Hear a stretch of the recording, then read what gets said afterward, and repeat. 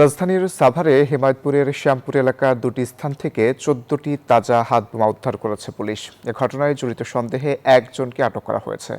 পরে আটককৃতের তথ্যের ভিত্তিতে একই এলাকায় জঙ্গি আস্তানা সন্দেহে একটি বাড়ি ঘেরাও করে পুলিশ। ওই বাড়ি থেকে ৯টি বোমা উদ্ধার করা হয়। বাড়ির মালিক ও তার স্ত্রী সন্তানদের হেফাজতে নিয়েছে পুলিশ। পরে উদ্ধারকৃত হাতবোমাগুলো নিষ্ক্রিয় করে বোম ডিসপোজাল ইউনিট। সাভার থেকে নাজমুল হুদা, তথ্যচিত্রের রিপোর্ট। মঙ্গলবার রাতে সাভারের হেমায়েতপুরে 5টি হাতবোমা সহ সন্দেহভাজন একজনকে আটক করে পুলিশ। খবর পেয়ে ঘটনাস্থলে পৌঁছায় বোম ডিসপোজাল ইউনিট ও ফায়ার সার্ভিস। পরে আটককৃত তথ্যের ভিত্তিতে হেমায়েতপুরের শ্যামপুরে জঙ্গি আস্তানা সন্দেহে একটি বাড়ি ঘেরাও করে পুলিশ।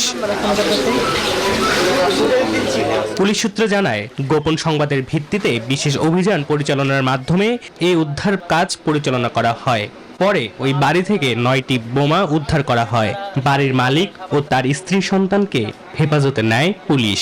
অবশ্যই তো ভয় করতেছে, এলাকার মানুষ সবাই আতঙ্কের ভিতরে আছে। জঙ্গি আস্তানা এর আগে তো কোনোদিন আমরা শুনি না, এই প্রথম আজকে সন্ধ্যার পর থেকে এই কাপদাপ দেখতে আসি।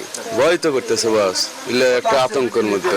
এই বাসায় আজকে 4 দিন ধরে ওনারা ভাড়া আসছে, ঠিক আছে। ওনার ভোটার আইডি কার্ডের ফটো ছবি উনি হয়েছে, বলছে ফ্যামিলি নিয়ে আসবে এখানে। আজকে 4 দিন পরে এই ঘটনা। সাভার মডেল থানার ভারপ্রাপ্ত কর্মকর্তা সাইফুল আলম জানান, ঘটনাস্থল থেকে গান পাউডার সহ বোমা তৈরির বিপুল পরিমাণ সরঞ্জাম উদ্ধার করা হয়েছে।